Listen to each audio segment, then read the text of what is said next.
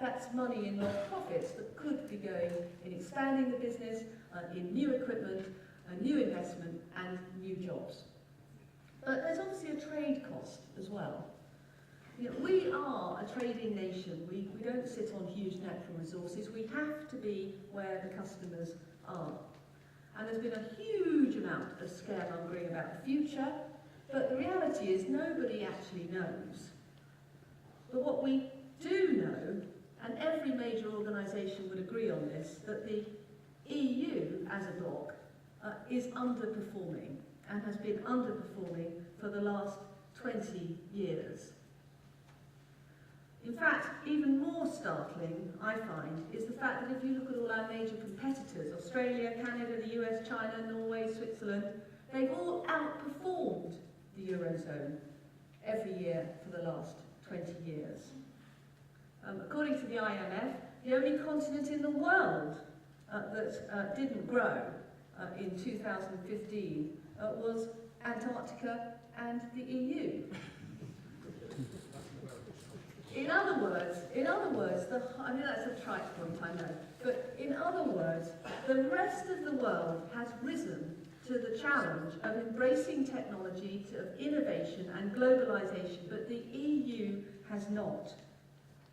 So I would say, why are we sending billions and billions of pounds to be part of the only contracting, declining customs union on the planet? It can't be obviously for peace, because we know that NATO is the major organisation for keeping the peace.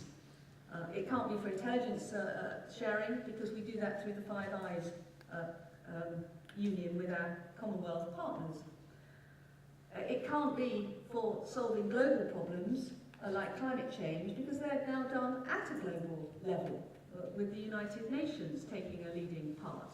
It certainly can't be for trade deals, because all the really important ones with the US, with India, with China, the EU hasn't managed to do. The EU deal with Australia is being held up, we understand, because of Italian tomato growers. The EU deal with Canada is being held up because of a dispute about Romanian visas. The EU deal with America, we know, is being held up because of the French. And the point is, those might all be very valid objections. But how have we, as the fifth most powerful country on the planet, put ourselves in a position where we can't do those deals for ourselves? Because the truth of the matter is that the EU is always going to struggle to make decisions, because it's 28 different countries, and that is not going to change. In fact, it's going to get worse, because we know that other countries are going to join. I mean, Singapore has a trade deal with China. Even little Iceland, a country of only 300,000 people, size of Reading and Wokingham together, has a trade deal with China. We now need to set ourselves free to actually do these trade deals, and I believe we do them a lot quicker if we were an independent trading nation. But the final point is the risk of staying, I think now, outweighs the risks of leaving. Because to survive, the EU has got to change dramatically. As Julian has said, and I agree with him entirely, the euro is in complete crisis. We've got mass unemployment all across southern Europe. The only way to make the EU work now is to become effectively a country with powers to tax and spend, to borrow and transfer money from the strong areas to the weak areas. 60% of taxes in the states in America go to the federal government, where they are used to support states like Tennessee and Missouri, which are not as wealthy. And the EU has got to do the same thing. And I don't blame them at all for needing to do that. They want to do that. It's the overarching project has always been to do that, and they have now been totally honest and laid out their plan for doing that. And this is the Vice President's report that was published last year, which sets out the economic and monetary union for the Eurozone. It's fiscal union, financial union, monetary union and political union. Now, the point decide what is our relationship going to be with that new United States of Europe. And they want that to be in place by 2025. We've got to do this in any event.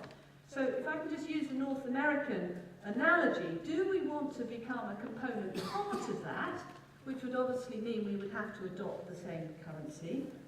But you could say, well, we will pay in, we'll have all the burden, but we'll have the benefit. I don't think that's what we want. Do we want to have an associate-style arrangement with that, where we're going to be sort of a tiny bit in, but mostly out, but paying in, but picking up the burden, but possibly not having very much influence at all? A bit like a dead planet, forever circling the Euro Earth.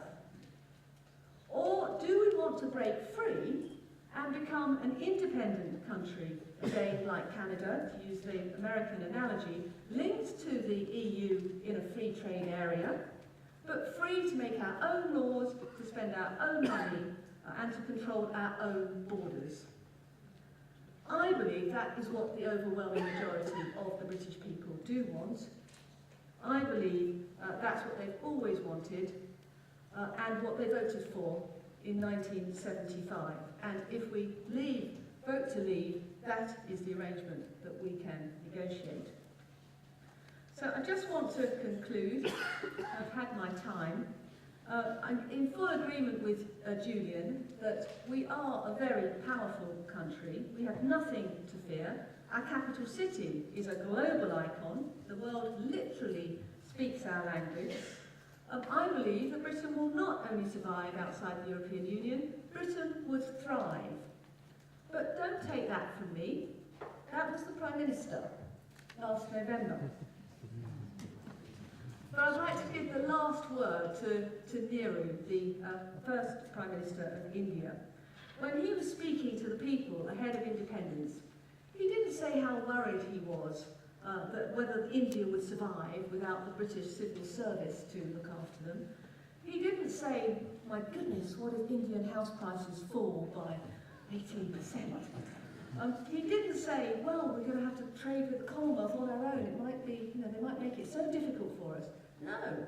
What he said was this: we live in a wonderful world that's full of beauty, charm, and adventure. There is no end to the adventures we can have if we only seek them with our eyes open. So I say unashamedly, ladies and gentlemen, let's believe in Britain, let's take command of our own destiny, and let's leave the European Union.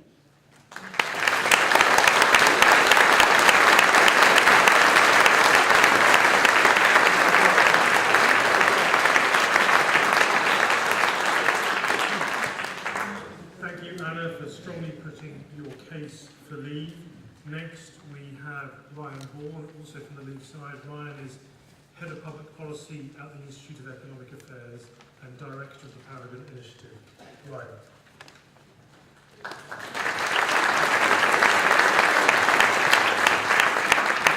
Thank you very much, Philip. It's great to be here. And Philip's an excellent MP, by the way.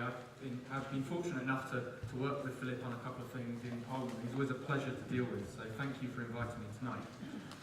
Now, I come at this question as an economist, not a politician or a campaigner. And I don't pretend that economics is the most important thing in life. For many of you, it might not even be the most important consideration in this referendum. There are many other issues at stake. We've heard about national security and geopolitics, democracy, sovereignty. But I think, as we've seen time and again, economics is the real thing that governments can really mess up. And so in that sense, I think it's really important to examine the economic consequences of leaving or staying in the EU. And despite the one-sided account that you've probably heard on your television screens every night, there really are risks and opportunities to both staying and leaving. The EU, as has been explained already, is a constantly evolving political project. And on the other hand, it would be churlish of me to suggest that there are absolutely no risks associated with leaving, or no uncertainty. With new political freedoms, with the freedoms that we have over trade, over regulation, migration and everything else, comes opportunities for improvement, but also opportunities for our governments to get things seriously wrong. The key question, I think, is whether you think these Brexit freedoms would be used on the whole well or badly. Whether an independent Britain would be better versed in responding to shocks that we all face in every economy than a centralised political union. Whether British democratic politics would result in better outcomes than control by EU politicians and bureaucrats.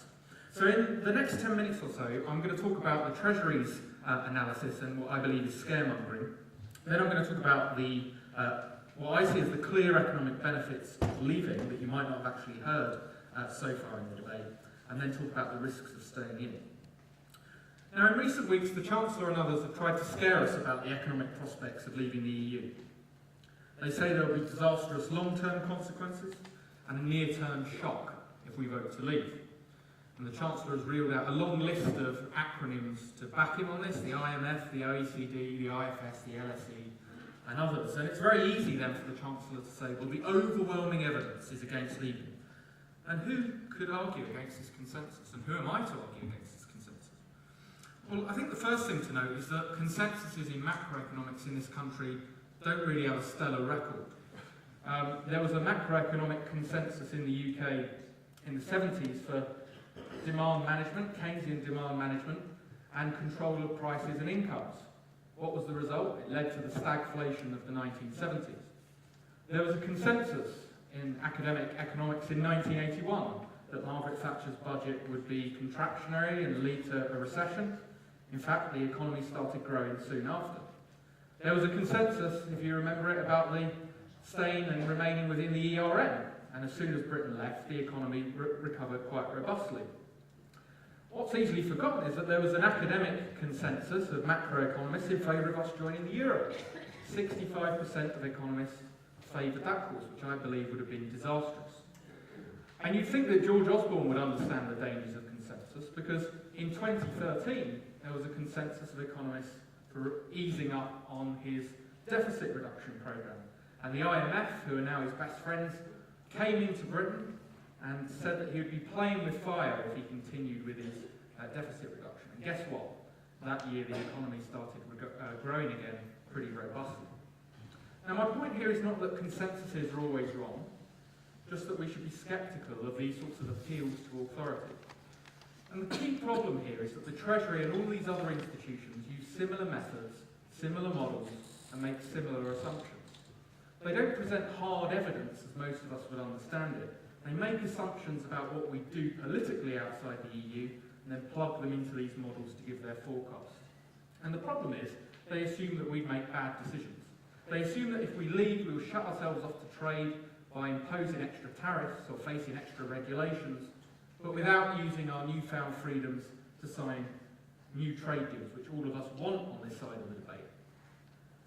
They assume that even though we'd have the full power to do so, we wouldn't change any regulations, even on areas such as energy policy, or as we've heard, regulation of businesses, where just 5% of businesses actually export to the EU, but all 100% currently face EU regulations.